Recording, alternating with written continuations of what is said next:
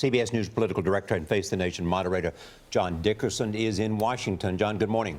Good morning, Charlie. In looking at all of that reaction, knowing that it's hard to read Donald Trump's mind, why is he doing this? Why is he saying this? I asked him about this on Friday night in the interview for Face the Nation, and I said, you know, it sounds like you're playing on the fears people have. And he said, I'm not playing on fears. This is common sense. So he thinks this is common sense. He talked about profiling. This is the greatest of all profiling. As a political matter, though, he's said his poll numbers will go up whenever there's an attack like this because he can show strength. Well, this is him showing strength and playing, as you could hear from that crowd reaction, to what his supporters want. According to who is it showing strength? According to Donald Trump and according to the voters who time and again have reacted to his statements like this about whatever by approving of him ever more. Well, but do some analysis. I mean, where is his strength coming from? What demographic in the Republican Party?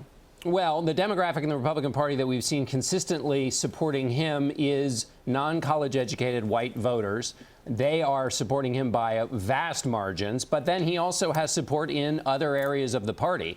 He's winning in all states. There was some tightening in Iowa, but he's winning both nationally and across the board. So he has broad support in the party. And in this case, where his support comes from is people who are afraid that there are going to be more terrorist attacks.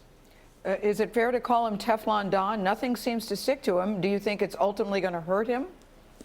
Well, we'll see. There's been a lot of wrong predictions about what will hurt him. There's been condemnation from his opponents, but the condemnation, while there's been a lot of it, no one is standing up and actually making a long and protracted case for why what he is saying is dangerous. And so for those who like Donald Trump, the condemnation coming from the Republicans they don't like is almost proof that he's hit something that they must like because he's caused this kind of a stir. You mean people like Dick Cheney?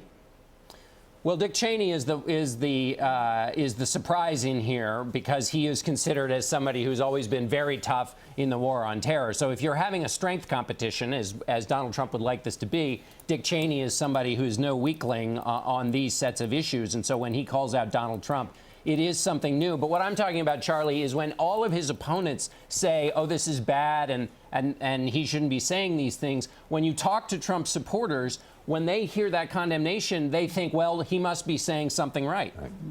I hear you. And so it goes. Again, thank you, John Dickerson.